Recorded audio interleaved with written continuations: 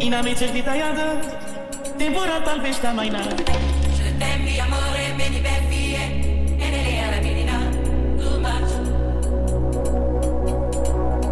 Je t'aime, amore, bene, belle e nelle ala menina, too much. Too much. E nelle ala menina, too much.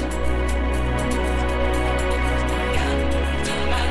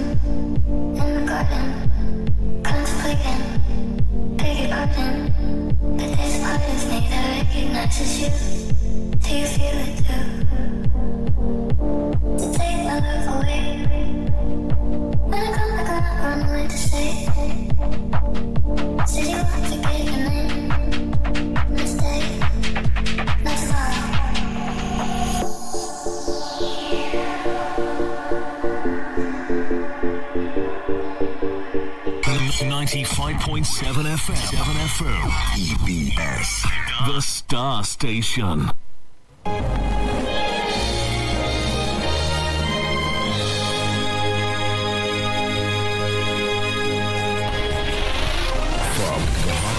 Of the nation, we bring you current news as it happens from around Nigeria and the world. EBS Radio News.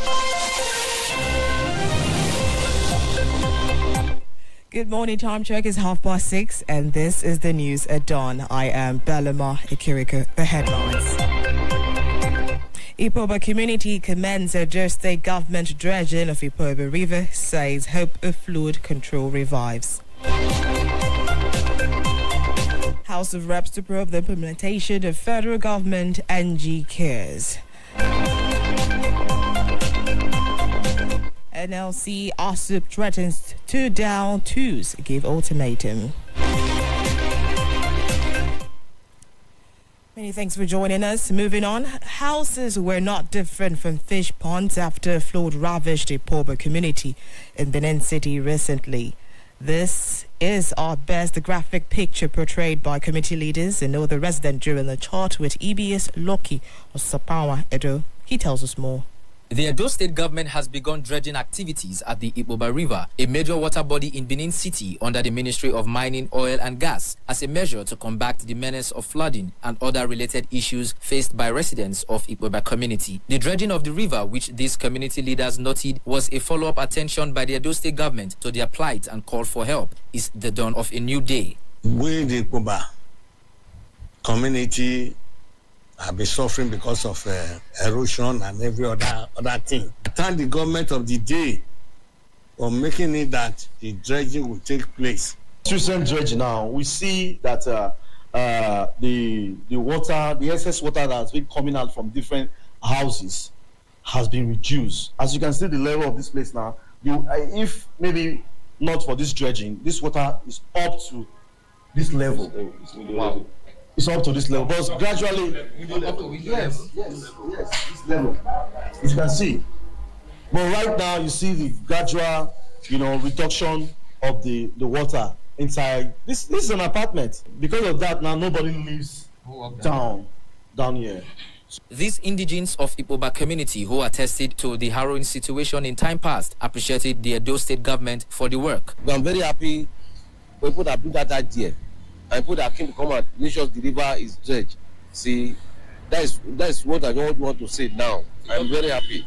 Me, I was born and brought up in this community. You see this river, I'm the happiest person on earth. Director of Minerals and Mining, Ministry of Mining, Oil and Gas, Inhiale Omori, assured that the project is not only geared towards flood control, but also the protection of bridge infrastructure and the creation of jobs, amongst others, for the benefit of Edo indigenes. First, which is about 90% of the reason, is to deset the river channel and make it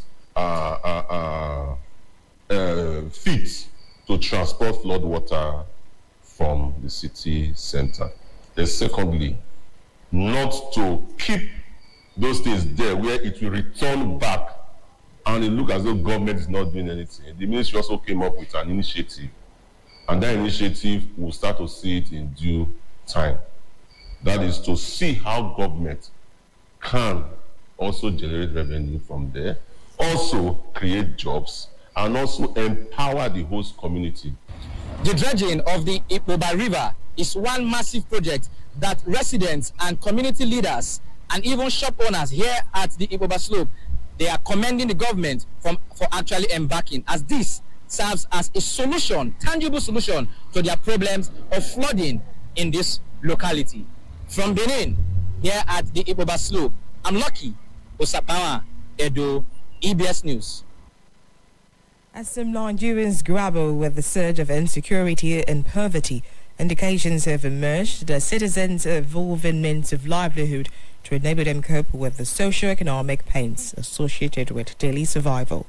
These were the views of some Nigerians in Benin City this Thursday, reacting to President Bola Tinubu's remarks that Nigerians have no reason to be poor. EBS Justin Ebon reports. With vast natural resources Nigeria is endowed with, poverty and insecurity are reported daily in the nation's media space. Plagued by corrupt practices, lives are being threatened on a daily basis, a trend many say is also attributed to the high crime level in the country.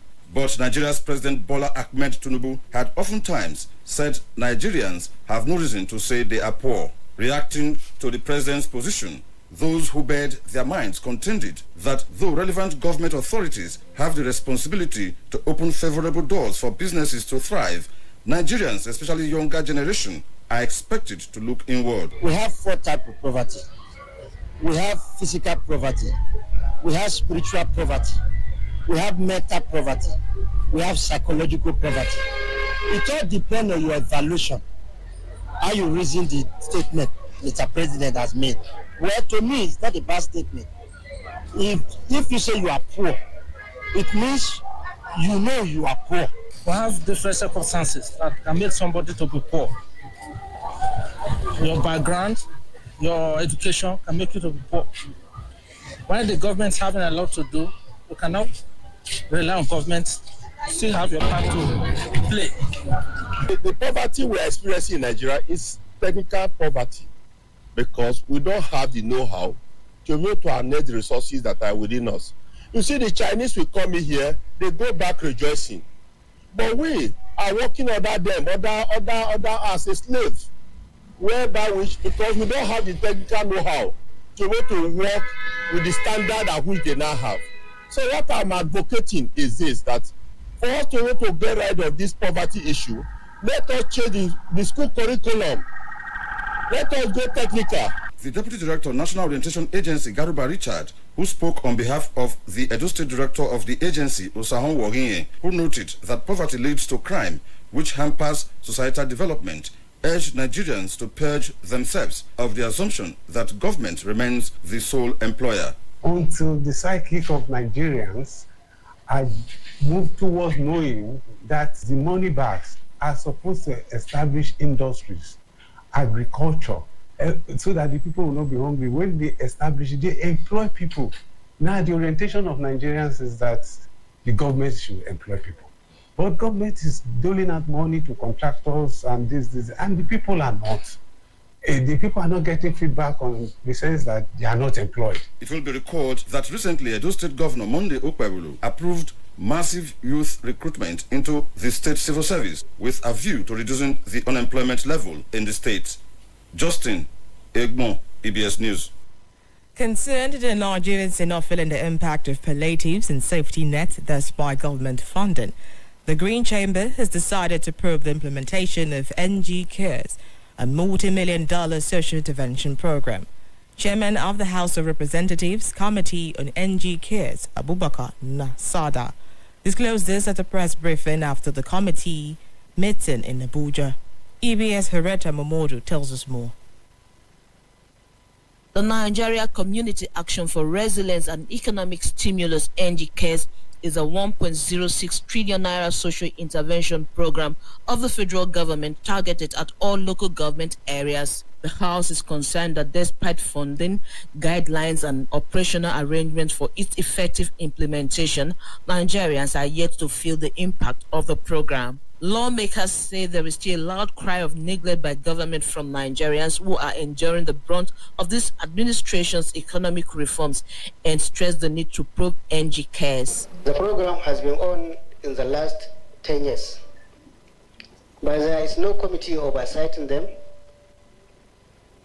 There is no individual or organization that is charged with the responsibility of looking after what the program or what the program coordinating office is doing.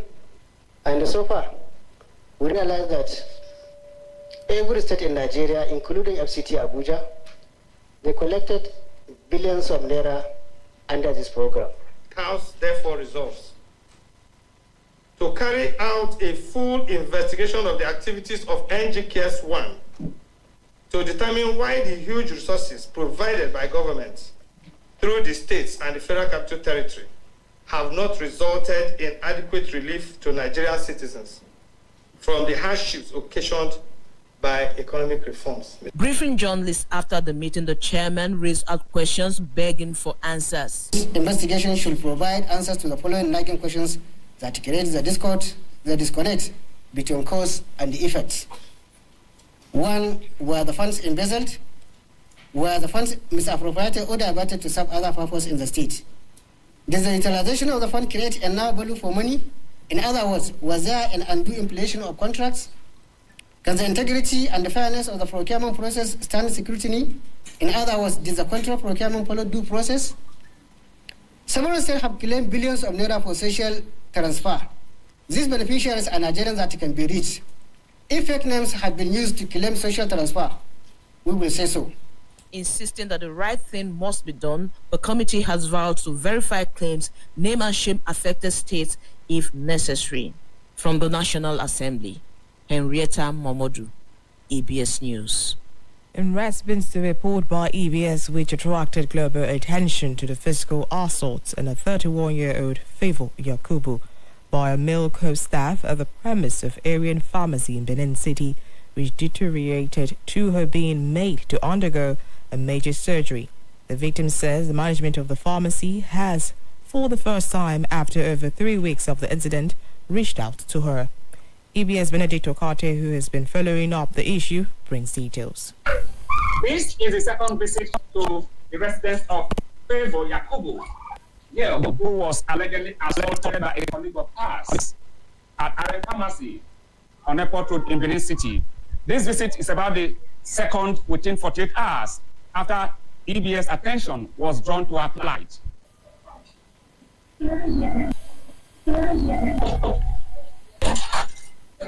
How are you?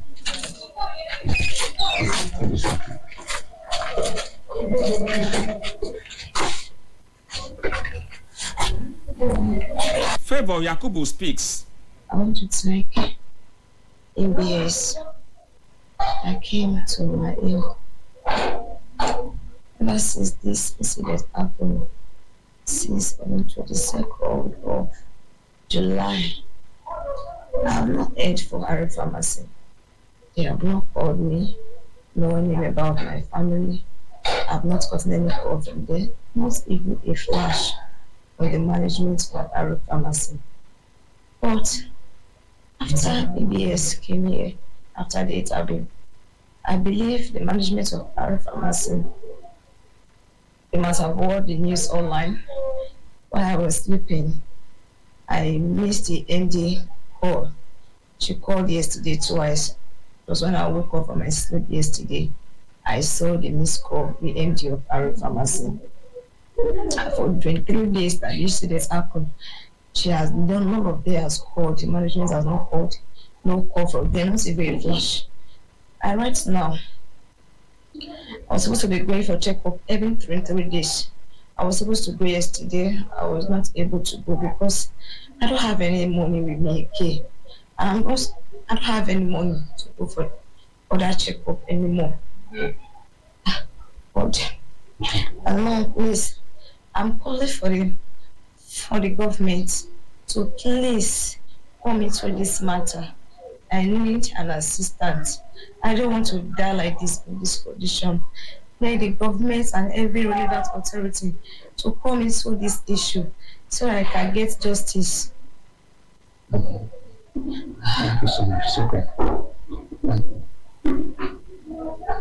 Reacting to the claims by Favor Yakubu that the management of Arian Pharmacy did not show concern about her health condition after the physical assault on 22nd July 2025 until the report by EBS News about 3 weeks after, which attracted global concern to her life-threatening health condition, legal advisor Arian Pharmacy Wilson Bello explained that after the incident, the management took prompt steps to ensure that she received the desired medical attention, while the staff, John Osazuwa, who assaulted her, was subjected to relevant administrative sanctions and was later handed over to the Airport Road Police Station. We regret this disgraceful act. Osazuwa was administratively placed on suspension.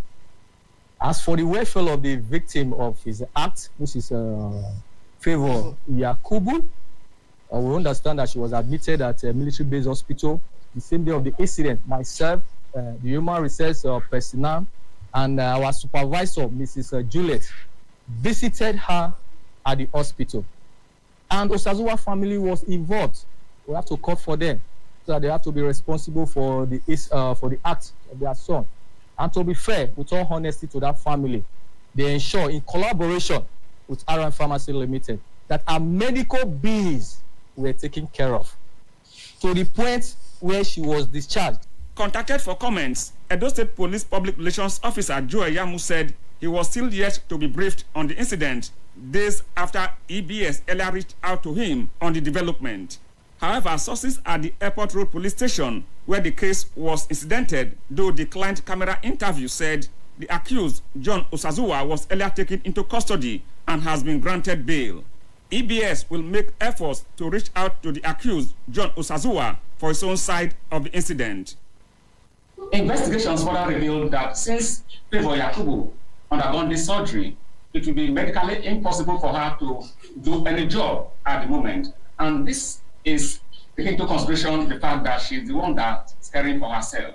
How will this 500 level student be able to meet some of her basic needs, especially at this critical time in her life? And above all, like you have heard from her, she needs justice. In Benin, Benedict Okati, EBS News. The Minister of Information and National Orientation, Muhammad Idris, says President Bola Tinubu's vision of making Nigeria a $1 trillion economy is already on the way. Idris said this during a courtesy visit to the governor of Enugu State, Peter Mba, on Thursday in Enugu, while on a 3-day tour of the federal government projects and citizens' engagement in the state and Ebonyi. While adding that President Bola Tinubu has made the treatment of cancer possible in the country, he explained that Nigerians would soon begin to see the light of that $1 trillion economy becoming a reality. The Nigerian Labour Congress has issued a 7-day ultimatum to the federal government to refund allegedly diverted workers' funds from the Nigerian Social Insurance Trust Fund and immediately constitute the governing board of the National Pension Commission, warning their failure to comply will lead to a nationwide industrial action. The resolution was contained in a communique after the NLC Central Working Committee meeting held on August 13, 2025 in Abuja. The meeting, presided over by NLC President Comrade Joe Ajero, deliberated extensively on issues affecting Nigerian workers, the trade union movement, and the nation at large. The Academic Staff Union of Polytechnic, ASUP, has issued a 21-day ultimatum to the federal government to meet its outstanding demands in an agreement entered with the union. The president of ASUP, Shamar Banja, said this while addressing newsmen at the end of an emergency meeting of the National Executive Council of the union on Thursday in Abuja. Kapanja said that the demands by the union include the non-release of a circular to effect the payment of its peculiar academic allowance by the National Salaries, Incomes and Wages Commission, a component of the ASUP's large federal government 2010 agreement. Other concerns include the decision by the National Board for Polytechnical Education, to outsource the accreditation process for polytechnics in the country. The 35% arrears of salary review, which cover a 12-month period, and captured in the budget, among others. You can watch EBS on StarTime Channel 113, GoTV Channel 141, and Terrestrial Channel 45. For the latest news information, be sure to visit our website at ebsng.com. Join the conversation and listen live at ebsng.com/radio. You can also subscribe to EBS on YouTube, TikTok, Instagram, Facebook at EBS Benin. This news is reaching you live from our studios at EBS Radio Benin City at the state. The news returns shortly after this. Stay tuned. Edo Broadcasting Service, 95.7 FM. News.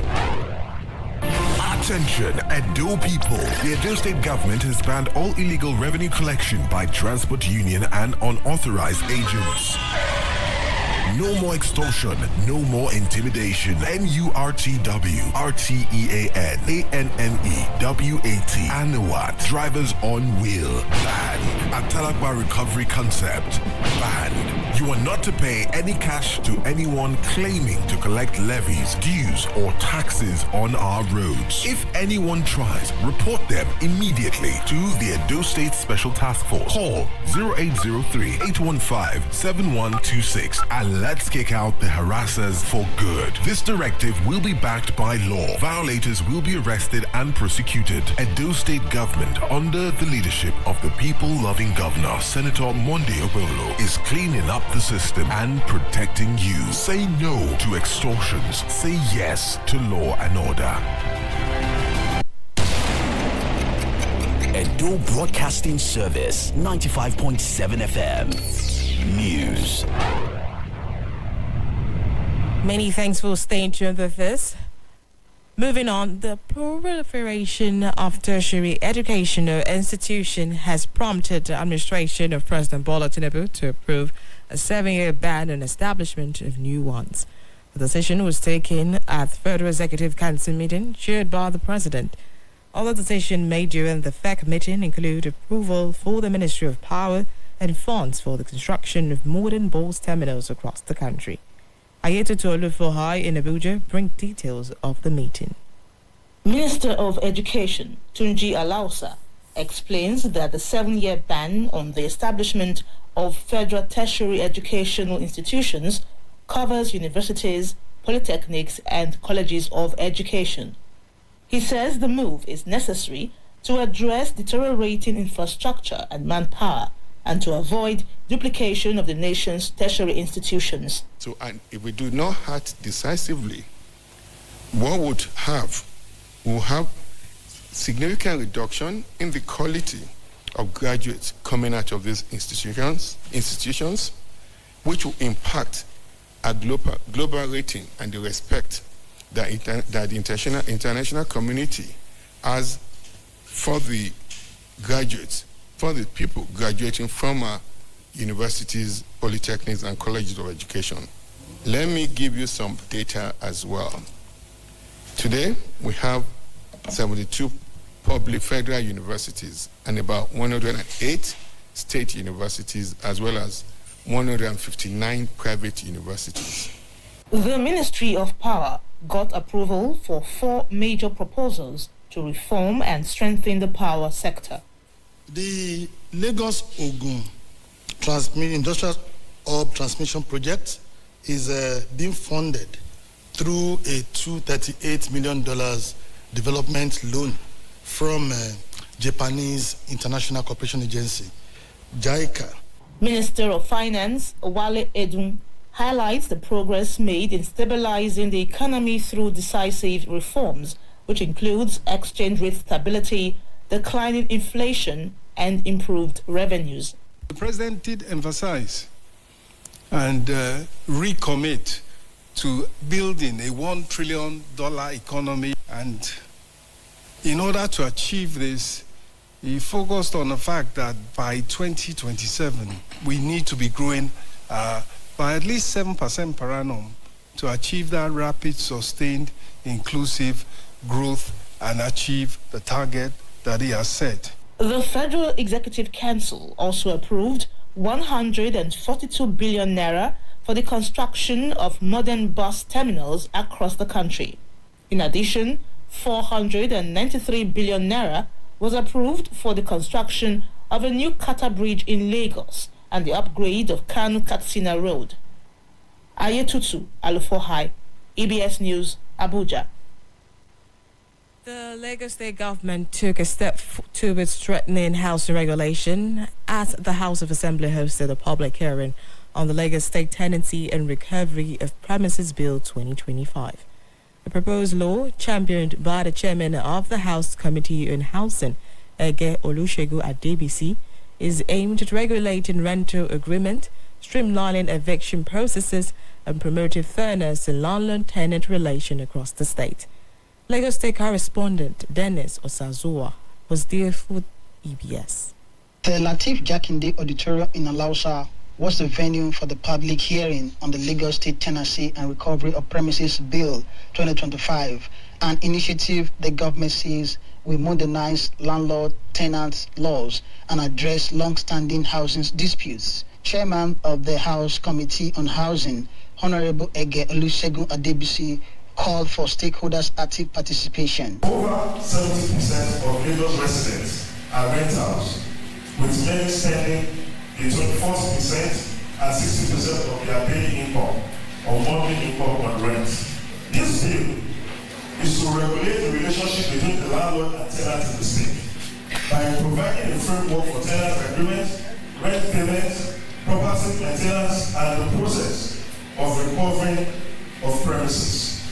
Representing Lagos State House of Assembly Speaker Modashiru Obasa, Honorable Ogundikbe Stephen Olukayode assured that the Assembly is committed to a balanced and enforceable law. I urge all stakeholders to engage with this proposed law, as your voice are essential in crafting and regulating the framework that serves the interest of our states better.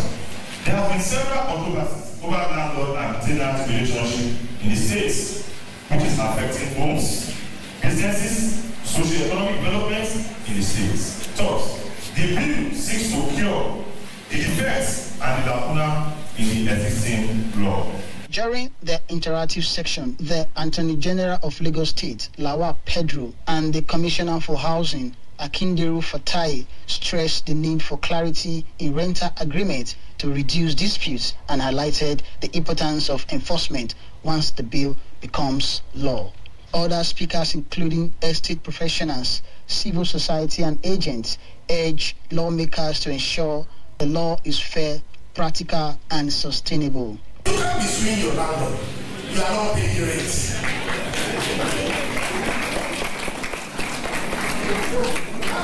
One of the innovations that is there.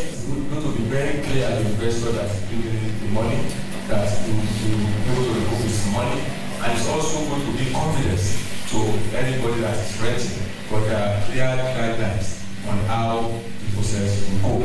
Your proposed bill is really in contravention of that aspect of the professional scale of charges. It needs to be reviewed. Purpose to be the audience of the House that let the subject environment and professionals involved in that area should be able to determine the rental value at all the time to be able to determine what is reasonable as rent.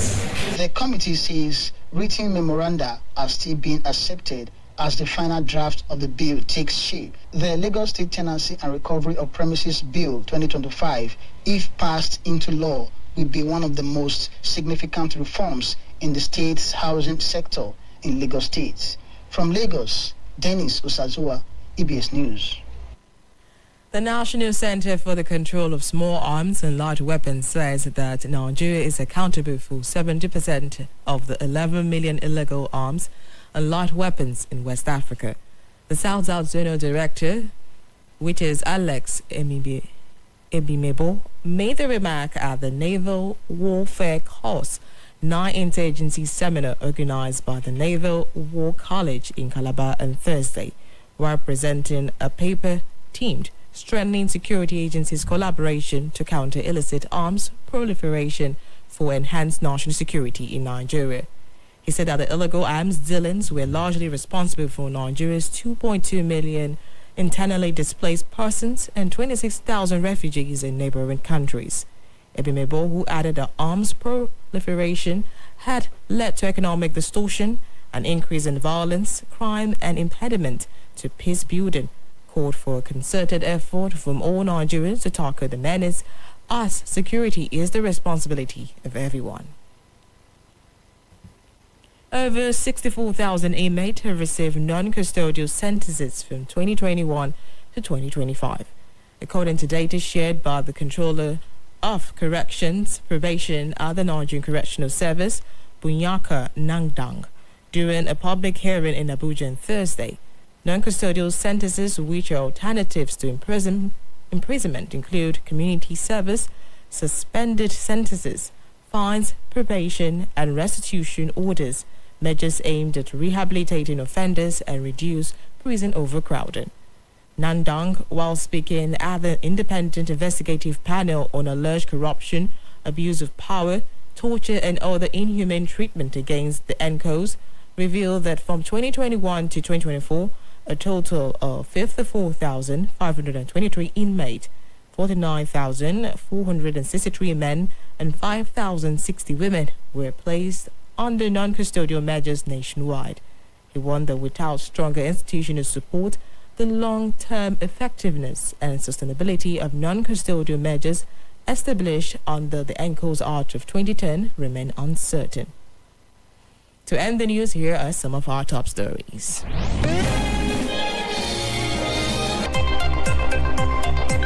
Reported to you, the Ipoba community has commended Edo State government's dredging of Ipoba River, said hope of flood control revived. House of Rep to probe implementation of federal government and G-Cares. An NLC OSIP have threatened to shoot down tools, give ultimatum. And that news as edited by Clement Osera. I am Bellamar Ikirga. Good morning.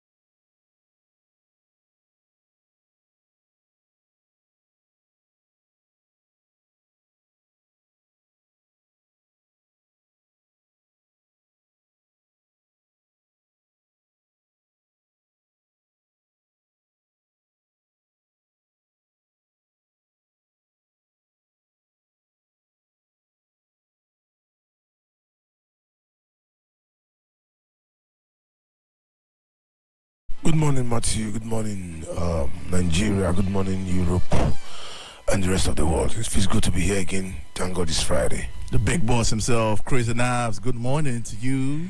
All right, good morning. How you doing? It's a beautiful Friday, kind of wet Friday. Your dear way of broadcasting.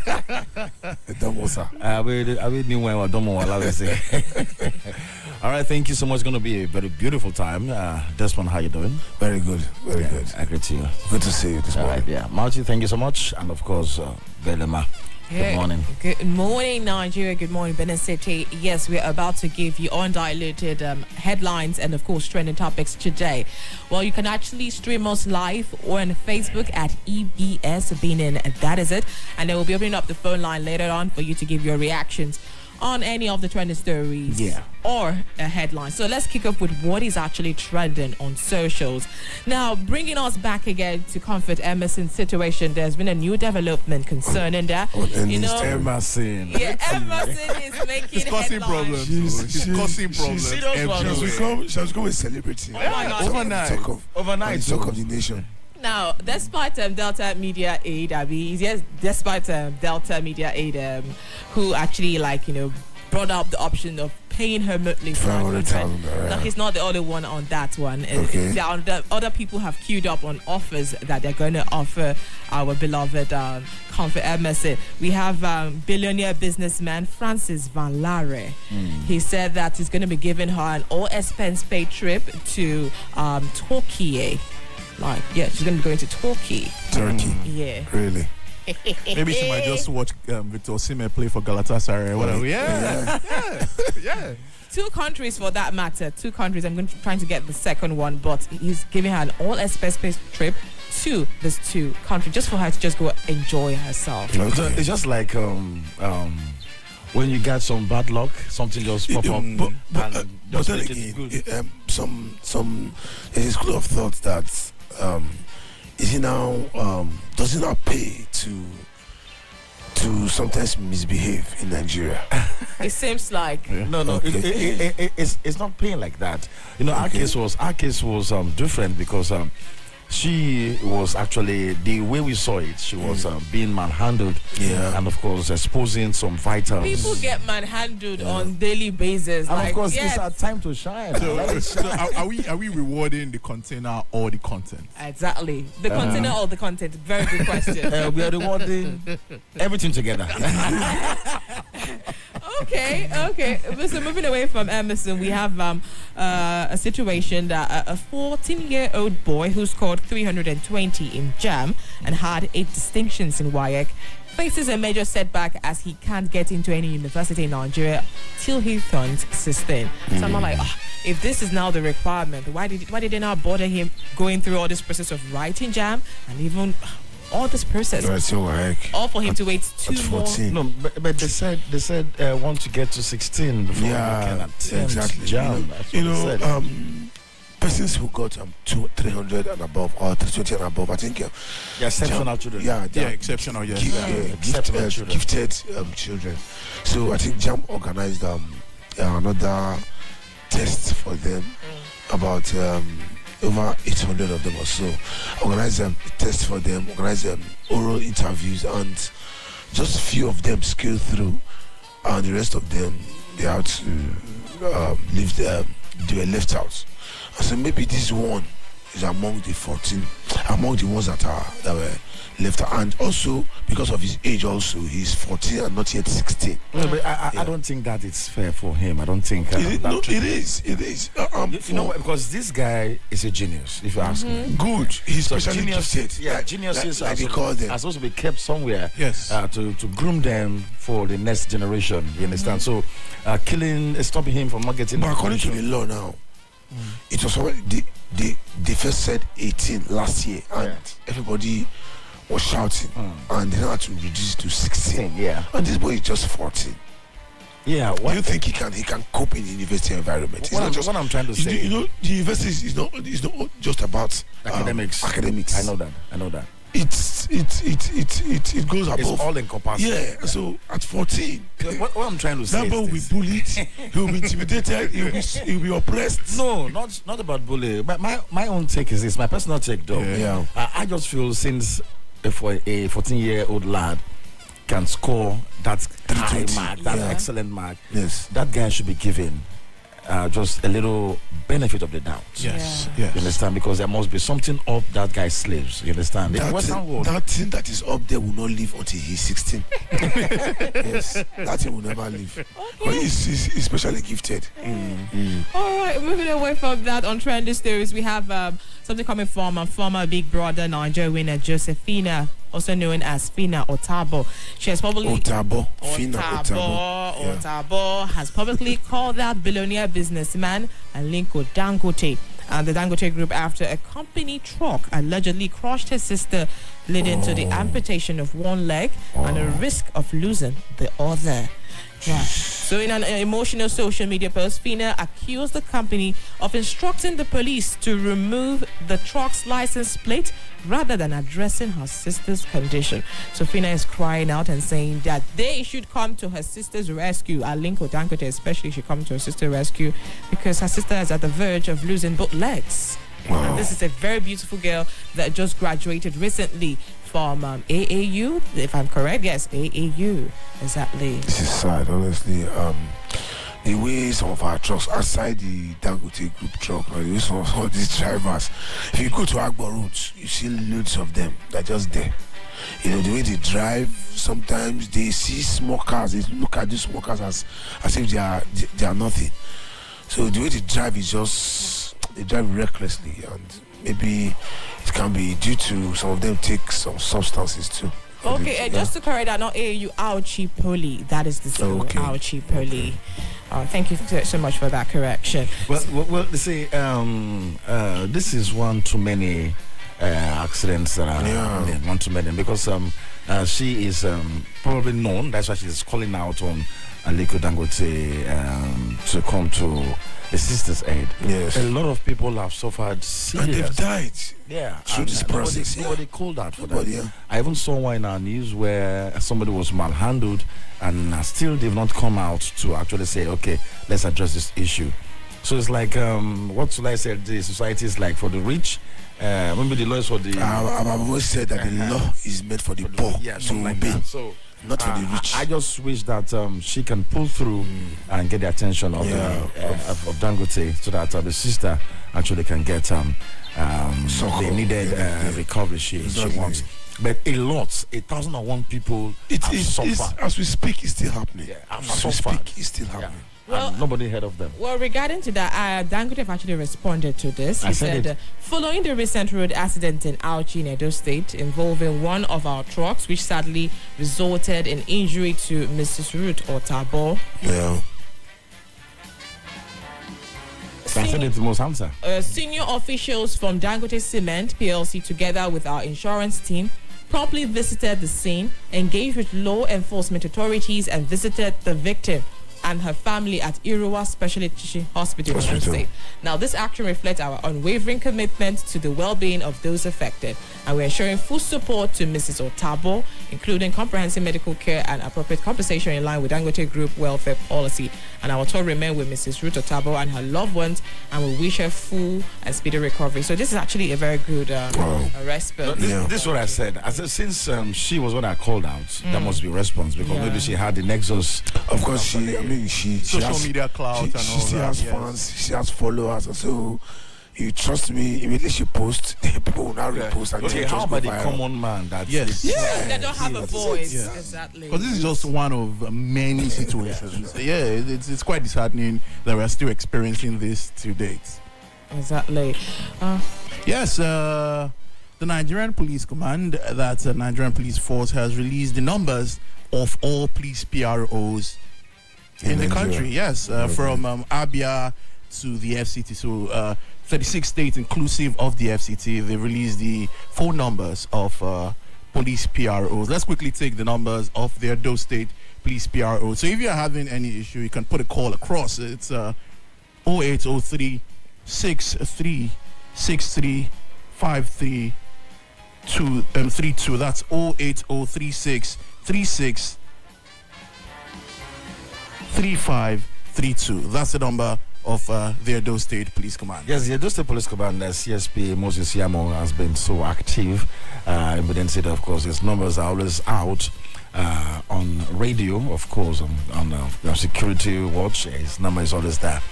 He's proactive to his duty, and I think bringing the numbers out, we also help to create succor to those that are having security issues in the area. But the fact is, how quick will they respond ASAP if you have issues that's under and sometimes too they complain of not having fuel. Not even fuel, vehicles sometimes. Okay, so those are some challenges too that the police also faces. Outside they are not well being taken care of, which we have also advocated for over and over. That is not to say that the police is also they are saints. They also have their own negative side on the part of the citizens. That's why I don't know where you're going to now. Yeah. Oh yes. All right, let's go. Okay, so now giving more details concerning Comfort Emerson, the two places that this our billionaire businessman Francis Van Laere is going to be taking her to is Doha in Qatar and Istanbul in Turkey. Oh, Qatar. Okay. My question is, what we should be doing in these two places, okay? Like you have said it earlier, that she should just go and enjoy. Cool off. She's just coming from Kirikiri, just enjoy. Just enjoy body massage. I was going to go very soon to go and cause my own commotion so that they can take me to... Who's going to do the body massage? I don't understand. The person who booked the flights will book have good feelings for the person. Also, body massages, just sipping coconut water and all that. For just 24 hours. For Instagram hours. Lifestyle, please. Thank you. 24 hours in Kirikiri. Oh my God. Okay, so let's move over to Delhi Post newspaper. Maybe don't try yourself, because if you go there, nobody will give you flights. Nobody. Free Belema hashtag. Since I'm not well endowed, don't worry. All right, we're going to move over. We're going to kickstart with different people. We see our trending situations. No. Let's quickly kickstart with the Punch newspaper. Right. We have the Punch newspaper here. It has the headline: "Strike countdown begins as PENCOM Labour disagree." Strike countdown begins as PENCOM Labour disagree. PENCOM reacts. NSITF silent as Labour issues 7-day strike notices over alleged 40% pension fund diversion. Moving on to other headlines, where Okonjo-Iweala's positive outlook on economy sparks political debate. Okonjo-Iweala's positive outlook on economy sparks political debate. The WTO president, Ngozi Okonjo, yes, Iweala, Director General, beg your pardon, met with President Bola Tinubu, and while speaking to the press, she praised the economic reforms of the president and saying it's looking good for Nigeria riding out of whatever we are going through. Do you think it's a perfect reflection of what we are passing as a nation? In 2014, when Professor Okonjo-Iweala was the Minister of Finance and the coordinator of the economy, she had predicted that in 2015 that the economy of Nigeria was going to nosedive negatively, and people were like, but trust me, immediately the then president, former, God rest his soul, Muhammadu Buhari, was sworn in. The whole thing turned. So I told him, I said, this woman had predicted this last year, and we're like, it's not going to happen. That woman is one woman I respect in Nigeria, in Africa, or even all over the world. If she's telling you XYZ, trust me, you have to believe her.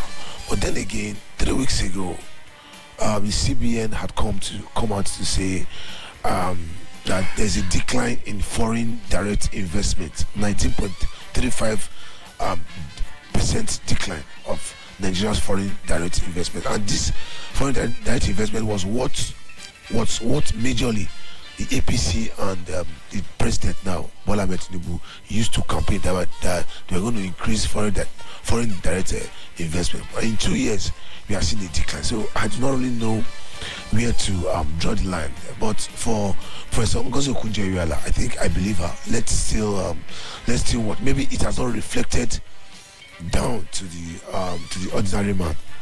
You know. Well, my take is on the labor issue, the 40% diversion. Actually, if you see workers actually after working 35 years of service, retired from the service, they can get their pension, as it were, what they saved, their money they saved over the years. Now, where will Pentcom or anybody divert 40% of their money without the knowledge? 40% is on the high side. So, what is happening? And actually, it is really, really bad because most workers sometimes retire. They don't get their full benefit, what they saved. You understand? With the new pension plan that you start saving as you earn, then gratuity comes, no gratuity again. Now, where would that money go to? How did that money go to? Where did they spend the money to? Whose authority did they seek before they diverted 40%? It's too much. It's on the high side. Check it. Yeah, it's on the high side. And at the end of the day, after deduction and diversion, this money is not even still paid to this person. That's what I'm saying. Do you know how many people die daily? Mr. Ogba calls on this program on a daily basis, crying for his pension that he has been retired for like over 10 years now. So him and so many people like that. So I think 40% is too much. And you wake up this morning, if you say they've divided some money and without no trace, nothing. I mean, it's wrong. It's really wrong. Oh my head, a snake swallow some. Moving on to other stories. PDP inaugurates 44-member zoning committee, demands Wike's total loyalty. PDP inaugurates 44-member zoning committee, demands Wike's total loyalty. Do you think Wike can be loyal to the PDP? If he's not loyal, then he can be kicked out of the party. I do not see. I'm not saying yes, Wike is not a strong stakeholder in PDP. You get, but then again, you cannot be here and be there. If you are in PDP, tell us you are in PDP. If you are in APC, tell us you cannot be in PDP. Although some places are also playing the Wike card right now. Yeah, but it used to be back in the day. We used to hear anti-party, but since Wike started playing this politics of his, the language anti-party in PDP just died. it just died, and so maybe PDP is trying to rise again because they are planning towards their national convention that's to hold in November. Yeah, so that is why this committee has been set up. So at the end of the day, if Wike is not ready for them, she just defect to APC, and because he has promised the president Bola Ahmed Tinubu that he was going to support him in 2027. So let's see how it unfolds. Don't you think Wike going to the APC is going to cause a lot more problems with the Rivers APC? Because we know the governorship, the gubernatorial candidate of the APC, I'm talking to Tonye Cole right now in Rivers State, is still insisting that the leader of the APC in that state. Wike now going to join Tonye Cole. Don't you think it's going to be very chaotic right there in APC in Rivers State? Anywhere Wike is, he always wants to become the leader. So they may find a way. They may find a way to maybe come together and make this work if he decides to come to the APC, to the All Progressive Congress. Yeah. I don't see that happening. But I do not see Wike leaving the PDP, and I see more crisis coming for the PDP. Honestly, Moving on, sting operation. EFCC denies targeting Obasanjo. Arraigns suspects today. EFCC denies targeting Obasanjo. Arraigns suspects today. Police crush armed robber operating from Lagos refuse dump. Police crush armed robber operating from Lagos refuse dump. You want to say something about the Obasanjo situation? Yeah. You know, that's why. Yeah, you go. It was on Sunday, right? It was on Sunday, and on Monday we read in the papers how they invaded the shooting for sporadically Obasanjo library, Olusegun Obasanjo presidential library in Ogun State, and shooting sporadically made away with 18 vehicles. Some persons got some injuries, and I faulted that move by the EFCC, I've always said I'm not against them doing their job. I'm not against them arresting offenders, as it were, but the manner in which they do their job. Sometimes they break into people's homes. We've heard about EFCC jumping fences just to arrest somebody, breaking doors, breaking windows just to arrest somebody. I think they should devise a better means, because at the end of the day, like I said, I do not know the Obasanjo presidential library, but Sula has told us that it's a beautiful place where you can just go chillax. You get. And I said there are other persons, innocent persons, that went there for relaxation. So how do you now distinguish between criminal and exactly? Yeah, that's why the story is continuing now, because we said among that the story is continuing.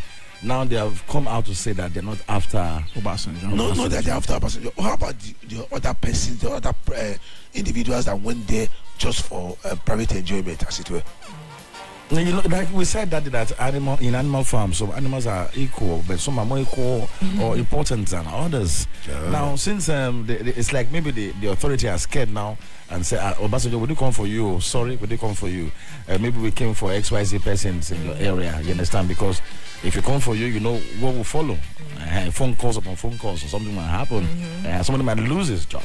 You understand? So maybe that's why they are coming out to say now that OBJ, former president, or Baba, the cities, we didn't come for you. But the manner in which they just invaded that place was so wrong. Yeah, by going there and shooting sporadically, no. That's how they operate in other places. Like, remember the Port Harcourt issue where Wike was the governor then? Even in Benin City, even the Benin saga. Last month, 2 months ago. Yeah, in Benin here, at evidence area, barricaded everywhere, and everybody was running here to scatter. So it's not a new thing. It's not a new thing, but it's not the right way to operate. Yeah, All right, moving on. Tambuwal fights back over 189 billion naira EFCC probe. Tambuwal fights back over 189 billion naira EFCC probe. You can find that on page 7. Did any of you catch the welcome party thrown at Aminu Tambuwal when he was returning to Sokoto after spending some time at the EFCC? Yes. Yeah, it was a heavy party. Tambuwal is one man. I don't know how to put it now, but it's gaining momentum, just like the thick men in the northern part of Nigerian politics. You understand? It's one man say pulling weights. One. Like call him youths now or advanced man, but between not just the top the Kano people, but he's trying gradually pulling momentum. Momentum. Yeah, he has some force. There I come again with the EFCC stuff. I mean, Tambuwal 189 billion, and they are dragging him up and down. We've had an ex-governor of Kogi State, because he's in APC, and that is my question again. Does it really mean that statement of once you come to APC your sins are forgiven, is it really true? Because this is Yaya Bello that his case has been since last year and nothing has been done. He's still working freely on the street. Freely, very free. 110 billion. I think he got a new wife recently, yeah? Okay. You got a new wife? Wow. So it's just, I don't know how well or how we can say EFCC operates, honestly. They are now trying to go after other ADC, PDP, Labour Party, and other party members. The Yaya Bello that his case has been on since last year, he's working fully on the street, and like you said, Jaka, he just got a new wife. Can you imagine? Gulf eyes $4.5 billion oil production savings. Government eyes $4.5 billion oil production savings. And that's all on the Punch newspaper. All right, let's crack down on our paper, which is the Nigerian Observer. We have this one. It says, Opebolo approves massive youth recruitment into Edo Civil Service. Opebolo approves massive youth recruitment into Edo Civil Service. Well, my governor's name is Opebolo. Okay. Thank you for that. Okay. Nice one for the youth out there. Oh yeah. Our governor I think he's doing as he talk. Walking the action. Yes, not just talking. At least we are seeing he's walking the talk. Yeah. As he do. I think this is also to tell youths that they are not left out. We just celebrated the International Youth Day on the 12th of August, which is on Tuesday. Yeah. The celebration is ongoing. Yeah. It's Sunday or the Thanksgiving. So it's also to tell you that they are not left out, and that more is yet to come for the youth and other persons. So let's say thank you, Mr. Governor. Yeah, thank you. Sure. Okay. And that's not only all. Google to train 800 students in advanced digital skills. Google to train 800 students in advanced digital skill. And we'll see something from the governor. To Edo State Governor, say Tinubu has fixed economy wrecked by previous administration. Tinubu has fixed economy wrecked by previous administration. And we have NUJ next slam federal government state over insecurity, collapsing roads and media censorship. NUG next slams federal government state over insecurity, collapsing roads and media censorship. And still on the Observer newspaper, we have this one coming from a professor. He says, professor who sells vegetable advises youth on small businesses. A professor who sells vegetables advises youth on small businesses. The youth should actually go about doing, small, micro or petty businesses. Yeah, sure. And this MSMEs, definitely back in the day, those little businesses actually assisted families, of course, assisted. I know some people who pulled through school with little businesses and they succeeded in the academics and all that thing. So if you actually can come in and say, okay, let's do this as MSMEs. Yeah, sure. The future might be bright. You don't need to have that big money. Actually, that you want billions of naira. You can start small. Sometimes some youths complain about no job, the environment is not friendly for them to do business and all that. But like you said, Chris, starting small is the basis. Yeah. Just start small with anything. Some people today, there's somebody that I was talking to. He just said he wanted to start selling plantain. Yeah, and that he just needs money to buy just one bunch, that like a head of plantain. And small, you start selling. Before you are buying 2, you are buying 3, 4, like that. So I think youth should learn how to maximize their little potentials, opportunities and potentials. Start small.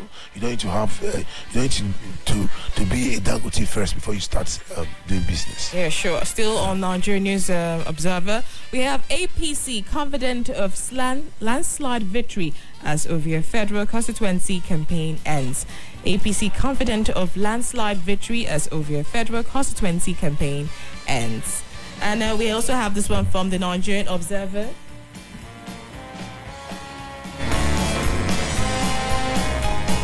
All right, it says it does have pledges federal presence for neglected Ikoroga community. That's the Ijo communities over there. All right, and that is a handful of headlines we have from the Nigerian Observer. From Nigerian Observer, we'll move over to the Daily Sun, where PDP... Oh, Solai just walked in. Good morning to you, Solai. Well, good morning, and good to see you all. And if I needed to backtrack, I still don't understand what the rackets are about with the Obasanjo Presidential Library. I don't understand. When I hear Desmond say, I don't understand how EFCC... Do you expect them to get a megaphone and be begging you, praise the Lord, Allah Akbar, please come and meet me? No, if they need to chase you, let them chase you. Now it's about Obasanjo. That's why they are not looking for Obasanjo. That's not the first hotel they've gone to. No, and the proprietors did not come after EFCC. You understand? Is their modus operandi? Even the FBI and the police in the United States, it gets to a point they pull down your door. They pull down your door. So we make it look like, no, they should be begging people. For Obasanjo's own, Baba is just making it look like it's about him. Did they arrest you? Are you saying everyone in your hotel is a saint, is one holy man? And in any case, yesterday I've been inundated with the story of a certain pastor who raped a 20-year-old. So we have people who claim to be religious persons or holy persons who are also criminals. So going to that place, there will be collateral damage. Definitely. Yes, no doubt. I heard you when you said know how one innocent person may have been touched. Yeah, but that's why they call it collateral damage, and that's why they say investigations will now save the good from the bad and as well as the ugly. I'm with the EFCC on this. Call them anything, drag them, pull them, like Tiger Generator, they will still do what they need to do. And the former president should just understand that, number one, no one is after him, and he's also trying to, to gaslight the EFCC, and that's just it. So maybe what Desmond is trying to say, that commando style of operating. And that's what I just said. How do you expect them to do it? And I'm saying that even you've seen them, even if you've never traveled, you've never watched some documentaries, we see them in movies that sometimes they come with, I'm trying to remember that the word for that very device, that they hit your door and they pull your door down and come at you. So these guys, it's just the same way when NDLA have been, I've always been on Nighttime News and more than twice going back home around the Lekki, specifically Lekki Phase 1. I'll see people clad in the, in NDLA cardigan, and respectfully say, please, could you take an alternative route? We're working here. And the next morning you hear that XYZ hotel has been busted, and truly, or as they say, true, drugs were found. So let's let them do their work. It's not to say there are no bad guys amongst them, Desmond. Yes. And it's not also to say Nigerians are so excited about what they do. But by and large, but because this one is about Obasanjo, they're making it look like one very big thing. Alhaji Kasimu and Pastor Jonathan has not been victims of their hotels. And the other one about Yahya Bello. Yahya Bello's case is still there. Let's not forget. It's not as if he's been let off. And also, let's not also forget that he's also suffering it. He's not been allowed to travel. His passports have been seized. The last time he was in court, he was asking to be granted, permission to travel. Yeah. They always fall sick whenever they have cases. That's when you want to go abroad. You remember your native doctor abroad. And I said, no, this white native doctor can't see you now. And if the other one that I'm not in agreement with, when I heard AJ and you also chipped in, is it a bad thing to be married because you have EFCC case you can't get married? No, I'm not saying. I'm not saying. You have to relieve stress. It is still the same money that is still to marry. No.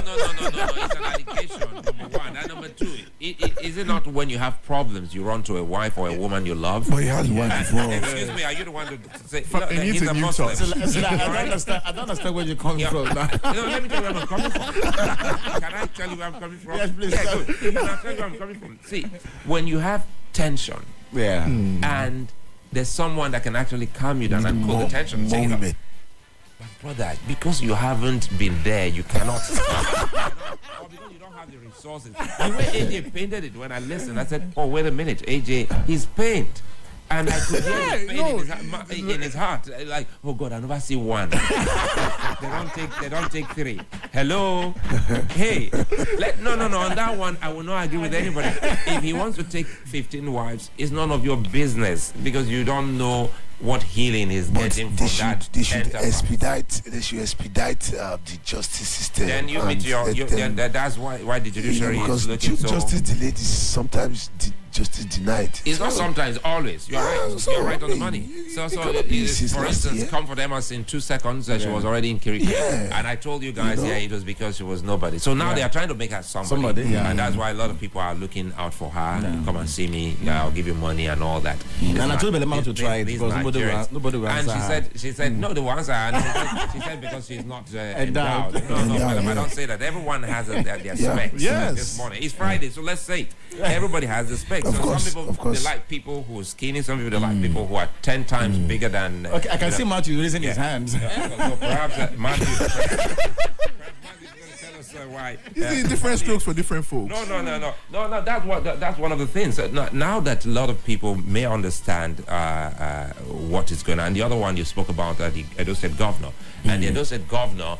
We must commend him. Love him or hate him, yes, he must be commended. True. And it's magical. I'm more excited. I'll tell you why I'm excited. I'm excited that I'm back home at this point in time. And it's happening in your time. Yeah. It's easier to sell and say things with pride, and not people who put you in trouble and make you want to lie and all that. Just yesterday on the news, we had the reporter of IP Tanyi, the PDP man, and we had. Back in the day, people wouldn't dare look towards sure. So no one is gagging us, no one is pressing our necks and all that. Yeah. And I'll close on this. Balamat, this is Friday. If you're listening. And you want me to describe Belema so that we're on the radio, so that if you know somebody they can watch us online, sir. No need. Okay, especially AJ. I need to hook you up so that you stop looking at people. No, it's painful. You're getting a third wife. You're having yours. Me, I'm free. No stain. It's painful. No, that's fine. Moving on to the Daily Sun, where we have this political headline. It says PDP plots smart zoning to displace APC. PDP plots smart zoning to displace APC. We know that power sharing will make or mar our party, and this is coming in from the acting national chairman. Opposition party inaugurates 44-man panel on sharing formula. So PDP are now talking about zoning and how it might make or mar their party in 2027. PDP has always respected their zoning formula up until 2 years ago, when it shattered and almost scattered the party, because they agreed to zone it to, or not, they're supposed to zone to the south, and Baba Atiku just came with his everything, and it was not zoned to the north, and that is why Nyesom Wike is still aggrieved with most persons in the party, especially for Atiku Abubakar, who has also left the party for ADC. And PDP, I think they are trying to get their act together, trying to get ready for 2027. The 44-member committee that has just been inaugurated, I think that will give way for the national convention that is to be held in November. But as time goes on, we'll see how it unfolds, whether they will get it right this time or not. All right, moving on. We have President. Let me quickly get this. Just have President, now tourist, always traveling. And this is coming in from Peter Obi. President, now tourist, always traveling. that is an insult. That's an insult. Let him travel. But again, people are so pained. I also heard you guys talk about social media. All of a sudden, Okonjo realized now they're enemies. Yeah, I'll tell you the sea finish in this country. And I know why it is so. Because a lot of people don't follow trends. They don't follow things. They want to go with it. Because you hate someone doesn't mean when the person is doing well. These are economists. A lot of young people don't know the numbers. Yeah. And sometimes because it doesn't translate into food in your stomach and money in your pocket yet, doesn't mean that. I'm still saying it. If the president hadn't done what he did, trust me, would have gone down pata. And so the end. Yes. We were getting to the end after the 8 years of Buhari. It was the end. Yes, that was the end. So you can imagine now, NLC, by the way, is saying, warning. I think they should just shut their traps there. Because I'll tell you why. What NLC should be doing now is to be asking states. Not every time you're fighting federal government. That's what I said. States. Now that FAC has increased more than double. Sure. Why is it that most states have not increased the minimum wage of workers? You see that's what I'm saying. You see the exemption, Edo State. Yeah. Sometimes when I see some of the janitors and say, take your work seriously, time where be saying before maybe 20, 30, 20,000, and you are not even a staff. Exactly. happy you remember. Yeah, sure. They will ensure that they give that contract to one of their cronies and pay the person billions, and the person gives you kuli money. And the governor comes and he says, no, change them. I want them to be staff. Plug them into the scheme. Ensure that they get medicals. Ensure that they get leave allowances. Ensure that they earn over 70,000 naira. 75. My brother. And we have a lot of states, Desmond, They cannot who pay- haven't, they cannot who pay have, the who have 30,000 refused to pay the 30,000 to implement 70,000. Yeah. and NLC is doing Oshobe to the federal government. Hello, I think it will get to a point that a lot of Nigerians will look the NLC in the eye and say, guys, we're going to protest against you. And I'm saying it coming because you need to be objective. You need to be very, very sane and, very, very careful. I had thought that the NLC had a research department because they had a research department. I remember back in the day, Yeah, I had interviewed some of the people who were in their research unit. But with what is going on now, I'm done. Moving on, Tinubu stabilized Nigeria's economy. Tinubu has stabilized Nigeria's economy, and this is coming in from Okonjo-Iweala. Praises initiative at empowering women. Praises initiative at empowering women. Over to other stories where Governor Umba of Enugu State commissions 100 mass transit CNG buses terminals. Gov Umba commissions 100 mass transit CNG buses terminals. OAU students commit suicide for repeating class twice. It's a very sad story there. Really sad. Yeah, I saw that yesterday night, and I said this guy was just too emotional. Maybe he had some challenges, or maybe some some people can just want to frustrate your effort. And maybe he just can't stand it. Yeah, some people with little, how like shock absorber. Yeah, I was once like that when I was still very younger, and I'm just so easy. So what was the word I would use? So emotional. Yeah, too emotional. At the time when I wrote Jam the very first time, and it did not really click so well. No, I wrote Jam the first time, but it's not the pursuit in me that wasn't really kicking. Yeah. I almost wanted to do the unthinkable because I was like, oh, why? All my mates are now going, and I'm not going. I felt so bad and that kind of thing. So we youth, we should actually learn how to control our emotions. Yeah, sure. we should know that failure isn't final. Yeah, it's not yes, there's always time for you He said he has failed try. twice. Yeah, try. There's the third time. There's the fourth time. Yeah. Yes. Till the seventh time. Yes. As failure is not a destination, so success is also a destination. So you don't have to kill yourself. You don't have to go the other way. Because you repeated the class twice. You have to brace up on them. Work harder. Yeah, work harder. Work harder. And at the end of the day, And I believe the movement of some of these lecturers can also be a contributory factor. Sure. Yeah, that's why I said some people just want to badbele you, kind of make sure that I will make sure that you don't have this. Because back then in university, I remember one lecturer that actually made somebody had a spill, and of course, well, let me not continue the story because all of us gathered around and met the lecturer somewhere and told him if this guy is not moving, then you will not be moving. Wow. So, it's not today you started. Wow. This is our audio No, I've been in a situation where a lecturer told us that A is for God, B is for me. You fight for the C's. That's if you can afford it. Then, we've been in situations like that. So These were the sick people. Yeah. I'm hoping one of them should be listening. Sick and sadistic attitude. I had a sadist, so and I think a lot of people will also know him here.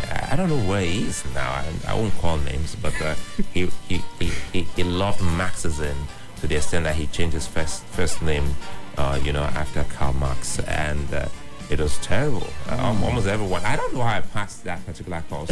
I got a D on almost everyone failed. All my scholars, how did they fail it? Or he didn't know I was the one because he didn't know you were the one. Celebrate grace. He comes to class and he will mimic everybody, insult you first. Nothing has even happened. Look at the other one, shapeless puff. And the other one, he goes on radio. That's me. Talking like a European, unfortunate European. I think, hey, this Uniben. Oh my. And last night I was talking about the Cowan campus that is so dilapidated, forgotten, very, very backwards, and to the extent that you look at when you drive in, what greets you is like, God, my university business, death road. Even the lawns, the grasses are protesting to the extent that all dying, everything, and you say, first generation university. So these are some of the things we go through. So if you have some people like that who are saying that A is for, did you say God? Yeah, A is for God, yes. You can imagine. A for God, B for me. I can pledge my life that gentleman never knew God. Yeah, sure. Yeah, a lot of them, sure. Never knew God. I never had that kind of. You're lucky. You're lucky. Yo. I had a lot. The time I attended school, if I had anybody like that, trust me, there's no way I will not call you out. I'm a pioneer student of philosophy in Uniben. So when we came, we were also, we're borrowing, or let me use the word borrow or loan. Some lecturers were coming on loan within the same university to, teach us some courses, Marxism, logic, symbolic, and we have some very, very good, beautiful, great lecturers who were, philosophy of language, ethics, and we're doing all of that. But some of them were making it look like we were like guinea pigs who deal with us, that we survived, that I'm here talking. I think because I never cared. Yeah, I do my thing and I just go. Sure. And I never liked hostels. So that's why sometimes. Oh, by the way, someone was writing stories recently, and I saw it on Facebook, and the person put my name somewhere, and he said that I lived. I said I never lived in a hostel, which is the truth. I never. Never in a hostel. Yeah, I never lived in a hostel because I've always had the OCD thing growing up. Everywhere smells, stinks, and Izal, Dettol, those things. They irritate me. So I never. So that was why I was close to my parents. I was going from home. Yeah. So back then. So a lot of things that these people did there, Desmond. So I'm just trying to let you know that you're lucky. No. Every time I look back, I just said, well, thank God. And it is amazing that today people. I don't know how it was during your time, Belema. Did you have people writing in shorthands? Now people now type in shorthand. Shorthand, yeah. You don't write between, you write BT. Honestly, something. But the lecturers are having it tough now, because I was there recently, and I like to talk to people, and I was told that the generation of students we have now are really babies, to the extent that there are things you say to people, and they will internalize it and come out better. But with these new ones, you say some things, it's either they get worse. Like somebody died. That was one part of the story. Somebody failed course twice and committed suicide. Maybe the person thought he was going to be alive somewhere else. Well, I think the lecturer should be asked some questions. Yeah. What happened? Can we see the script? What did you tell these persons? Because we should also consider the mental health. Thank you. Missing scripts. Yeah, missing scripts. They have missing scripts. The first result I had when I gained admission was missing scripts. I can never forget. I wrote this exam well, but I was given missing scripts. That's because maybe you not put your math I had one communication in English, and she told me, but I know you wrote this exam, but I didn't see your script. I just went straight to my tutor. I said, Ma, tell your teacher I'm not writing that exam again. She should look for my script wherever she kept it. And that was all for me. My teacher was like, if they don't see it next semester, you write it now, don't worry. I said, no, I won't. She should look for it. That is negligence on her part. So I left it. After a while, the same lecturer called me. Oh, Desmond, I saw it too. I said, okay, no problem. Because I stood my ground, like I was not going to write that exam anymore. Well, me on the other hand, I was actually an opportunity to have great lecturers, great lecturers. But I think one other thing I think most university students should start doing, they shouldn't just rely fully on the lecture they get from the hall or their classes. They should actually go for extra lessons to break down whatever the lecturer has given, because those lecturers, they don't really have time to giving you comprehensive details of everything. I agree. I suffered from it. I was just relying fully on what the lecturer was teaching, and I was not I was not comprehending anything, and it really affected me from the first 2 years. It's now the third and fourth year. I now had to do an alternative by going for extra lessons so that I can pass, and that's how I made it, and I'm here, guys. Hallelujah. Making it. I think it's even better for people like you, Belema. Congratulations, by the way, and I'm happy you're doing very well. A proud alumni of the prestigious University of Benin. But again, if we backtrack, you guys, now I want to go back to school. You know why? Things are better now. Yeah, that's easier. There wasn't internet when I did project. You go to the library, the same almighty Uniben library. You go there. John Harris. Wait, and you pick the book. And you're page 13, 14, 15, 16, and you won't see 17, 18, 19. Someone has torn it. Oh my God. Fold it and put it in their back pocket and go and read the other book. You pick another one, you read page 50 or to about 50, you go to page 77, grabber is not there. You know, because they were so poor in mind and in thinking. My college students, and they thought that was the best thing to do. They just tear it off, take it away. And so when we're writing research, we were truly reading. And it's a shame that they didn't even appreciate, even if we were copying. Even if you copy it, then you copy it. I mean, if you're stealing an idea, lifting an idea, but at least you copy it. But now you just cut and paste, and everything is and you put everything. And sometimes you use AI. And there's also another AI that detects AI. Yes, there is. You write a thing, and another AI tells you that this is AI. Yeah. And there's another one that's very expensive, which I'm sure some students will be getting very soon. Is another one that you write and you block it from another AI. Yes, we already have it. We already have it. Yeah, we have it. It's free, actually. Yes. So to humanize the project. So I go back to school. I stick with the AI. And because I dare say, because I know I'm intelligent, I'll be able to guide the AI to a certain level of intelligence. Because again, AI is almost like Olodo, garbage in, garbage out. So if you're not too intelligent, what comes out from your AI is not too touched, it's never too, I'm happy you know that. Yeah. In case you're wondering, this is the morning drive right here on EBS Radio. Friday edition. Yes, the Friday edition. That's what we could hear there and everywhere.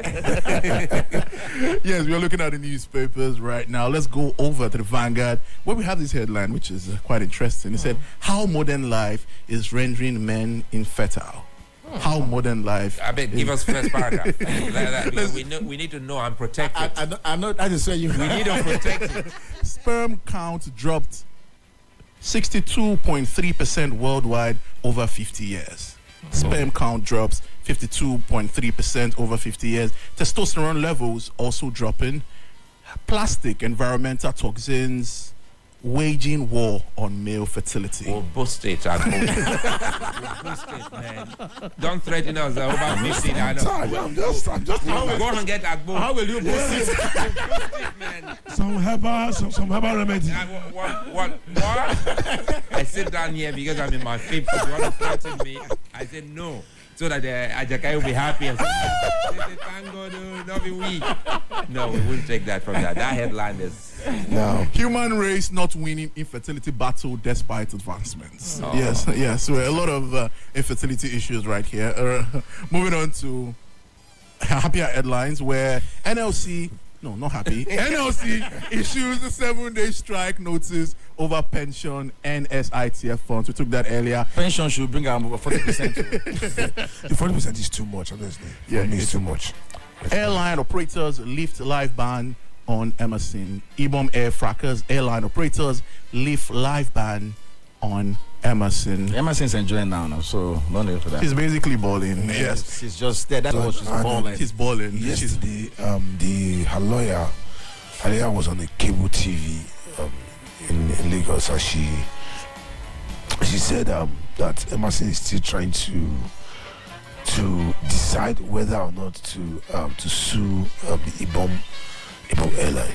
You know, so yeah, but until she does that, she cannot. Because they were trying to ask her if she was taking the matter to court since her right was infringed, her privacy was invaded without her consent and all that.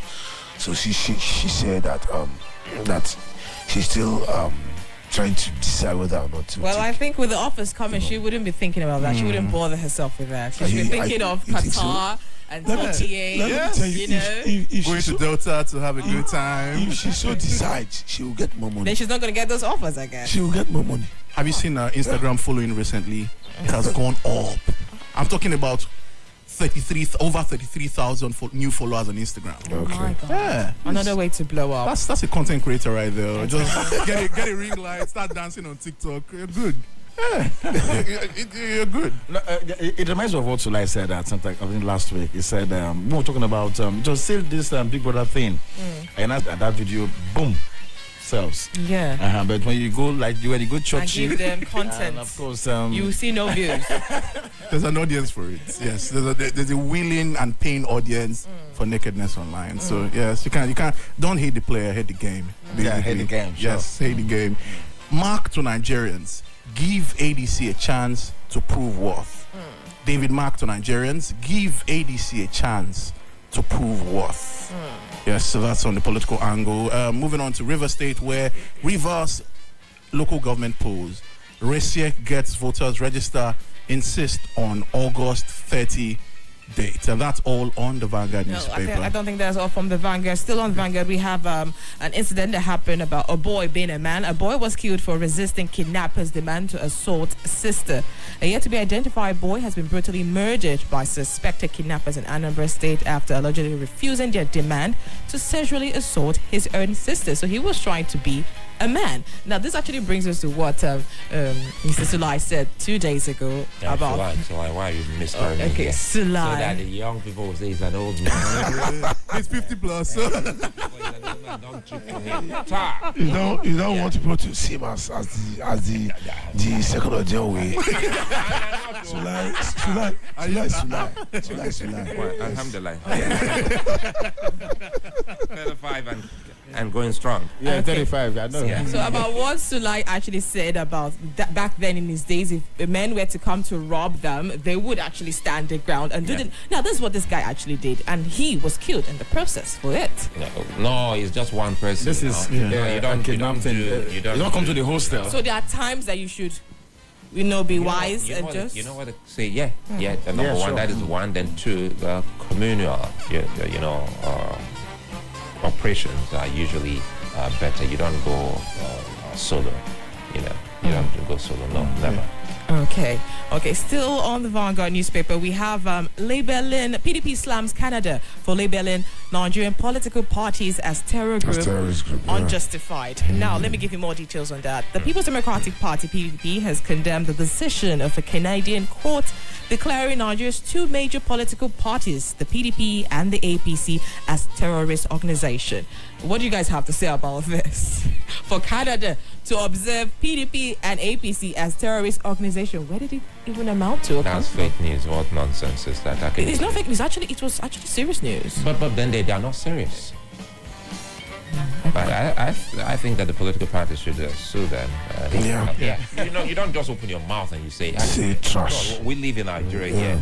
How does anything they've done so far qualify them as a terrorist organization? I need to know. All right, and that is it for my Same people, sometimes one individual will go and cause bushfire and it will be killing everybody.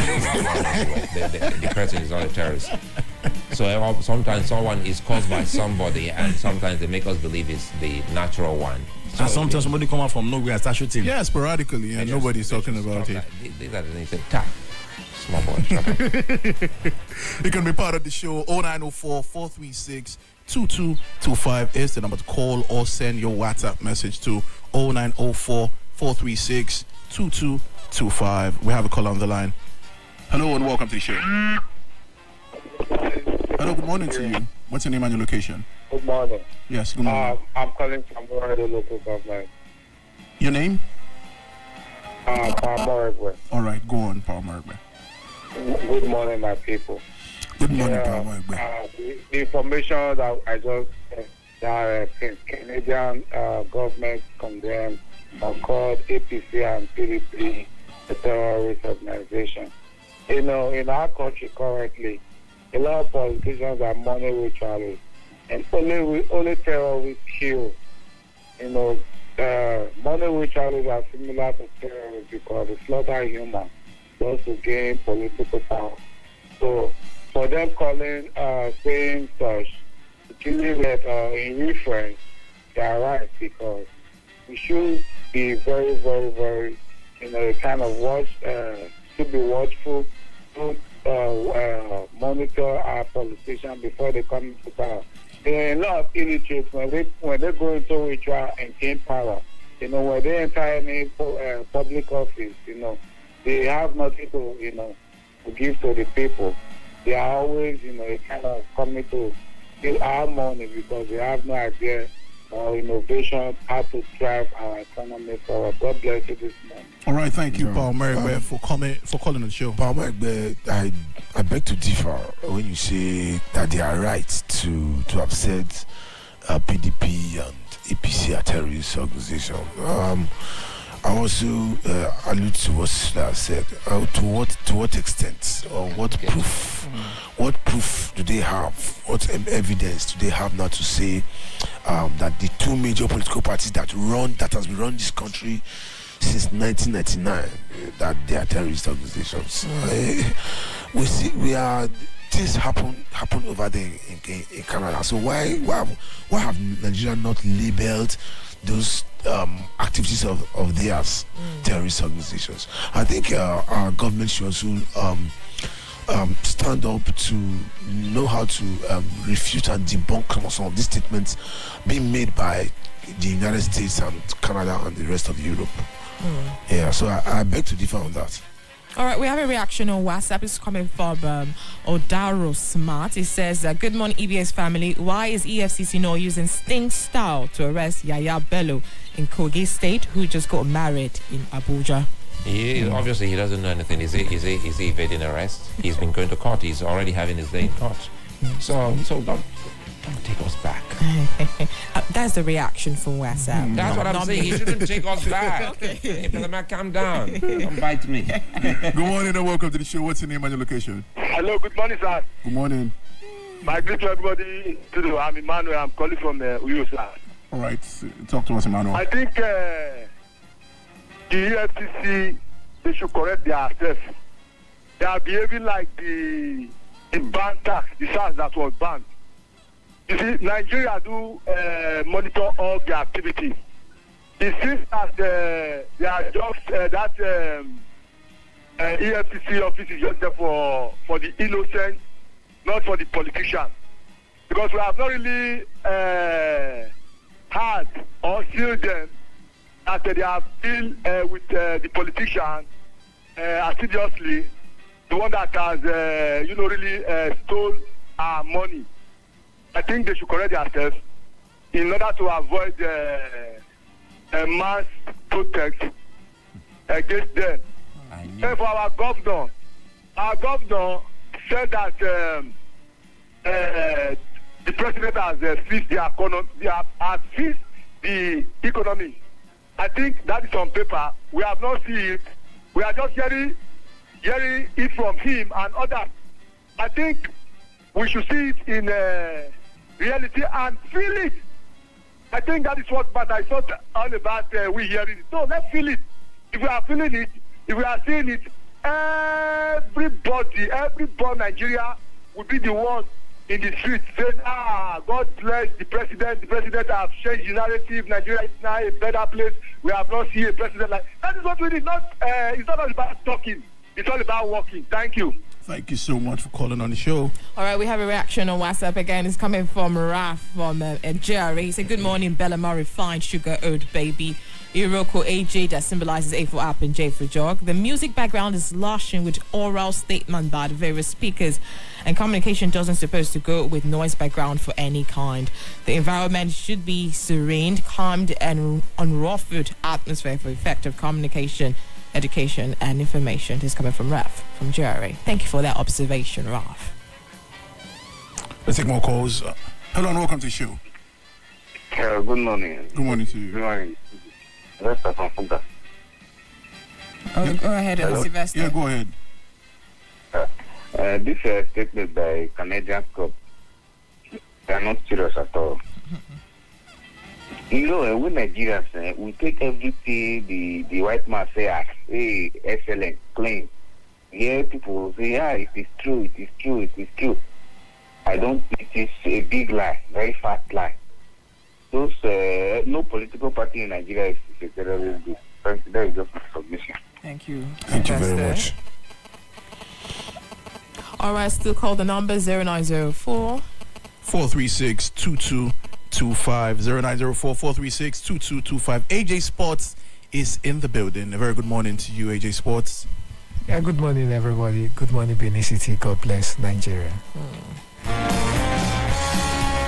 The league is starting soon, yeah? How prepared are you? The English Premier League. Yeah, I think soon I think it's far just too soon because this evening we'll see the defending champion Liverpool from Anfield will be playing against Bournemouth. It's going to be very, very interesting. They never walk alone. Yeah, they never walk alone. Perhaps they'll be dragging Bournemouth along today. Also, the La Liga season starts today, and also the French Ligue 1 also starts today. We are bustling back in the world of football. Yes, AJ Sports is here to give us more sports stories for a couple of minutes as we round up on the morning drive. Yeah, welcome, sport fans. Let's just roll in the world of sport. Very interesting feedback we got. Very big. First of all, we got to say a very big shout out to Austin JJ Okocha, who had his birthday yesterday, and it was really a very, very massive one. We saw a lot of people celebrating him, from FIFA to CAF to former clubs to colleagues to even perhaps enemies. But it was really a fine one for Austin JJ Okocha. Okay, I'll also talk something very interesting concerning the Nigeria League. We've seen Brani Deye has been talking tough over a few weeks now. You understand he's what we call in Nigeria Basbos with Eyimba Football Club, saying the welfare for players was really terrible. It was really not a very better situation. But Eyimba came along with a reporter saying that they gave him a very, very good situation, a very good scenario. He lived in a very good hotel, played in a very good condition, but now he's castigating them. But also we saw Brani Deye jumping into the Chan AFCON issue when he tweeted that that we should not blame the coach, that the league has some of the worst players. But I think Brani Deye just came into Eyimba in January this season, and he just stayed just a few months with Eyimba. So he has not been in Nigeria. I think I'm very sure he has not been following Nigeria football, but that was just his opinion, saying the league is not good. Hence we saw what we saw in the Chan AFCON. But I beg to differ, because we have been following this league and we've seen how it has been for the NPFA. It has really transformed from the past 2 years. We've seen a lot of improvement dramatically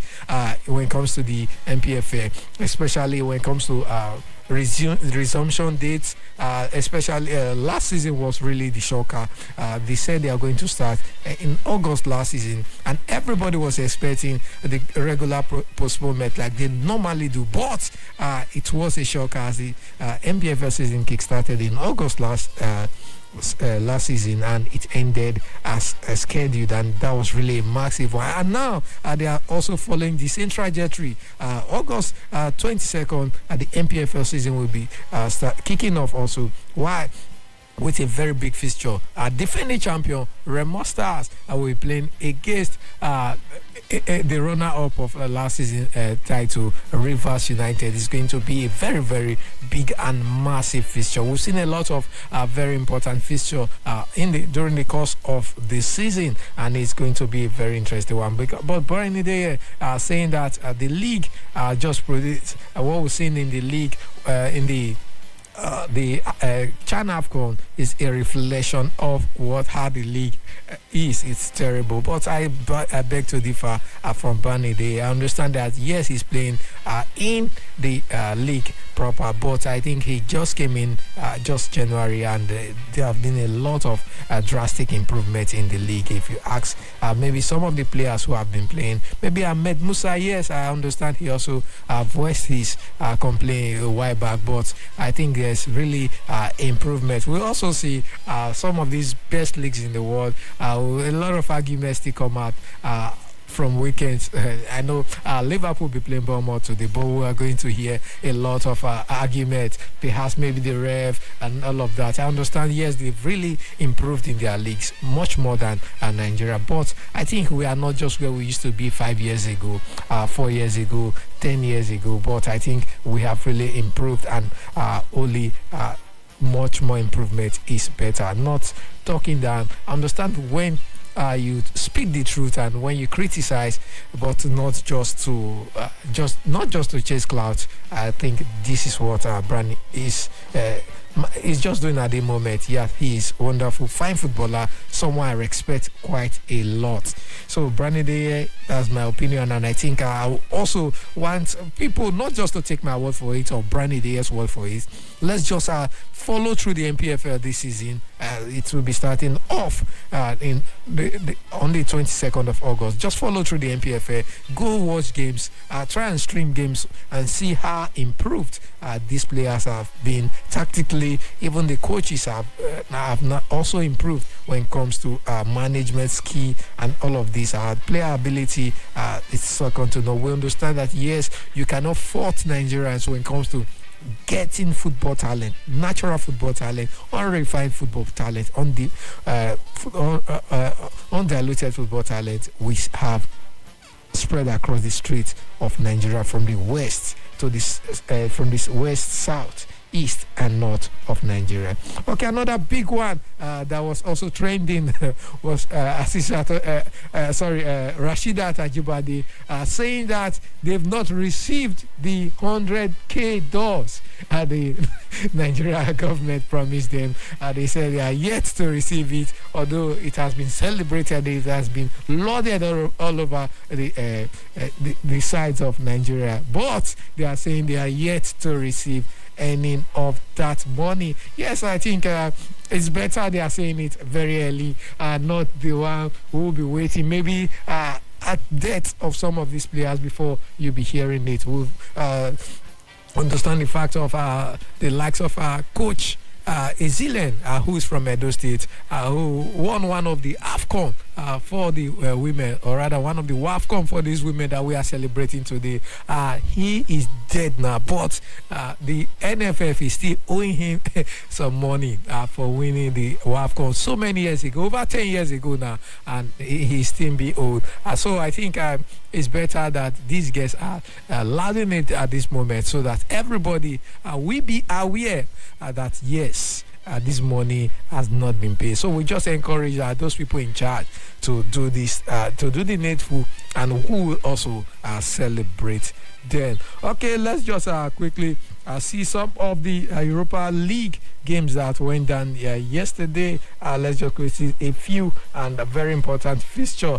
We saw a very big game between Shakhtar Donetsk and Panathinaikos of Greece.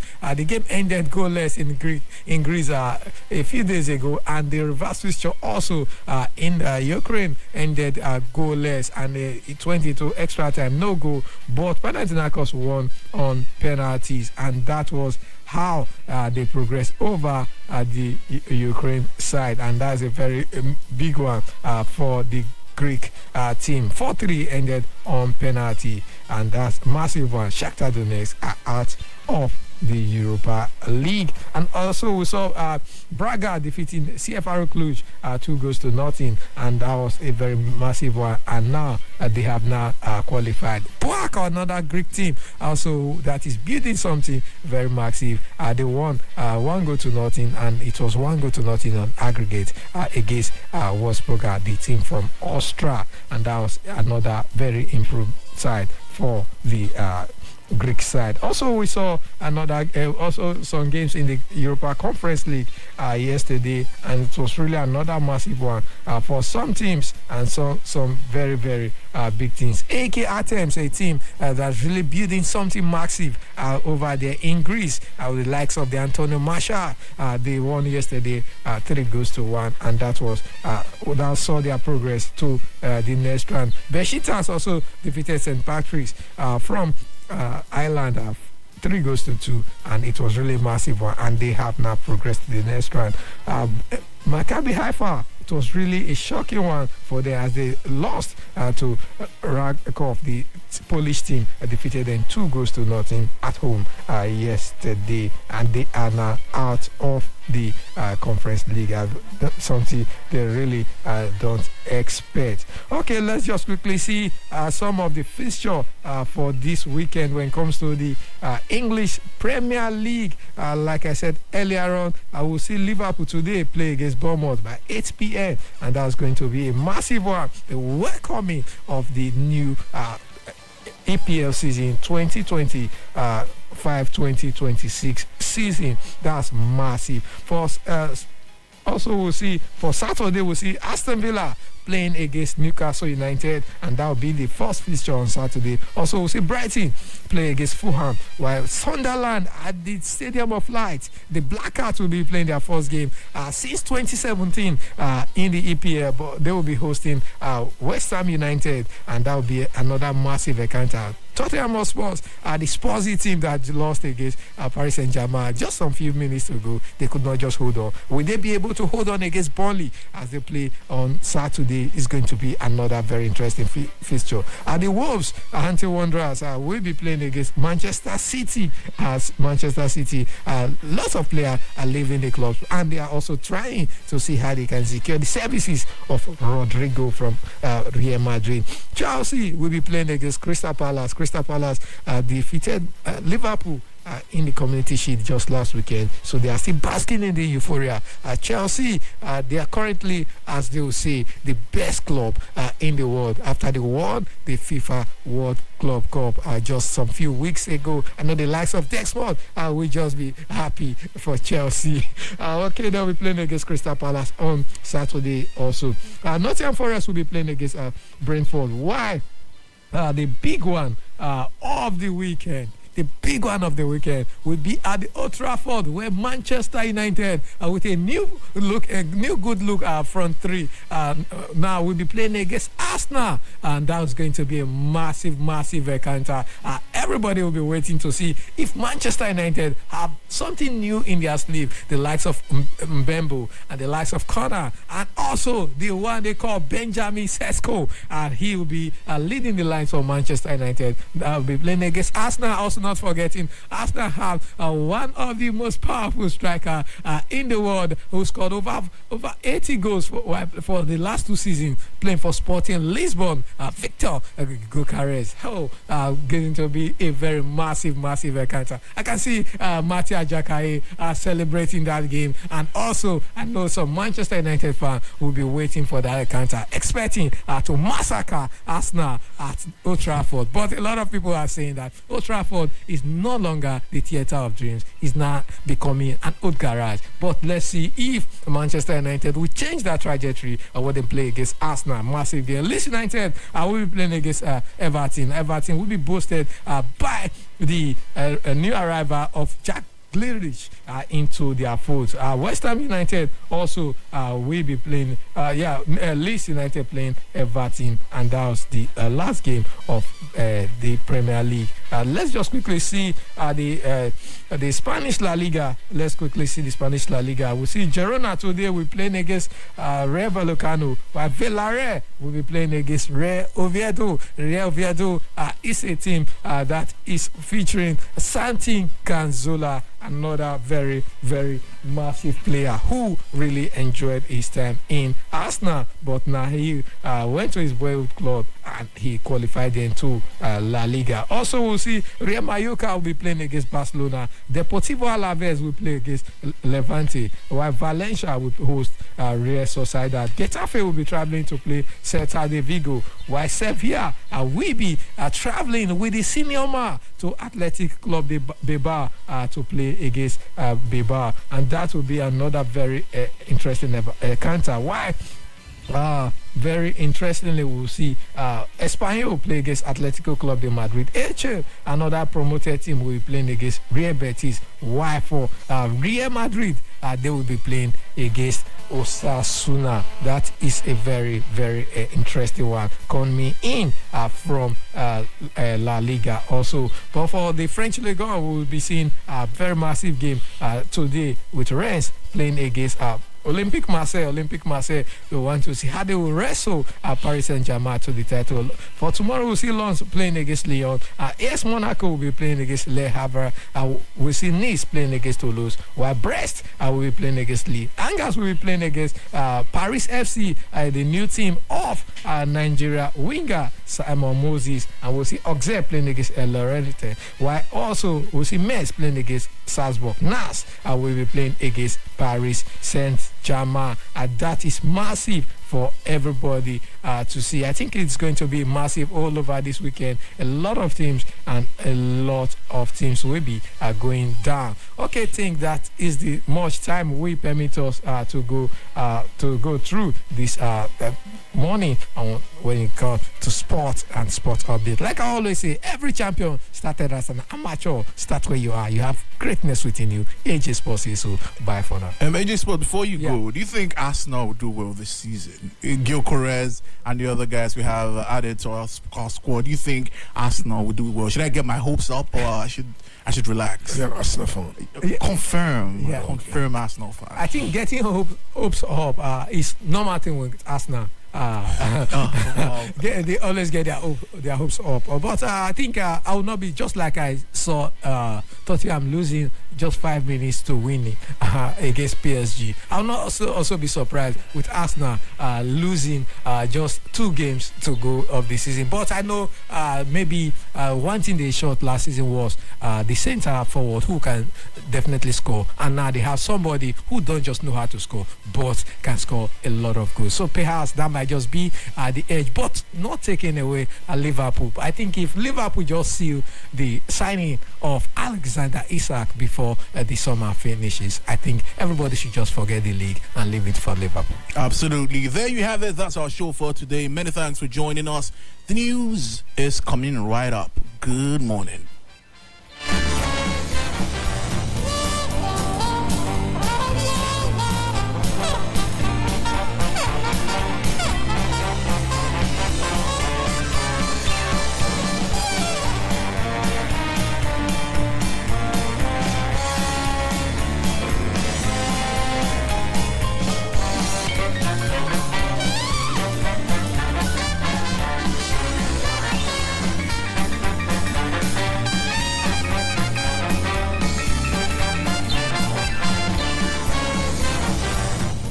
.7 FM. EBS, the Star Station.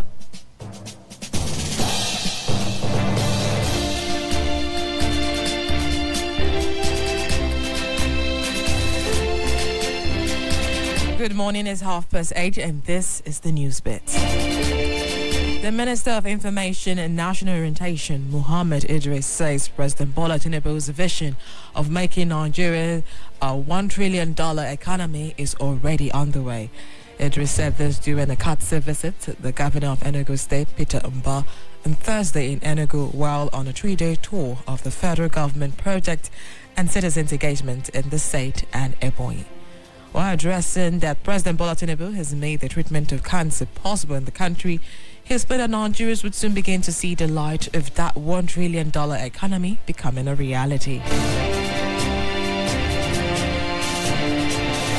The Nigeria Labour Congress has issued a 7-day ultimatum to the federal government to refund allegedly diverted workers' funds from the Niger Social Insurance Trust Fund and immediately constitute the governing board of the National Pension Commission, warning that failure to comply will lead to a nationwide industrial action. The resolution was contained in a communique after the NLC Central Working Committee meeting held on Thursday, or rather August 13th, 2025 in Abuja. The meeting presided over by NLC President Comrade Joe Ajero, deliberately extensively on issues affecting Nigerian workers, the trade union movement and the nation at large.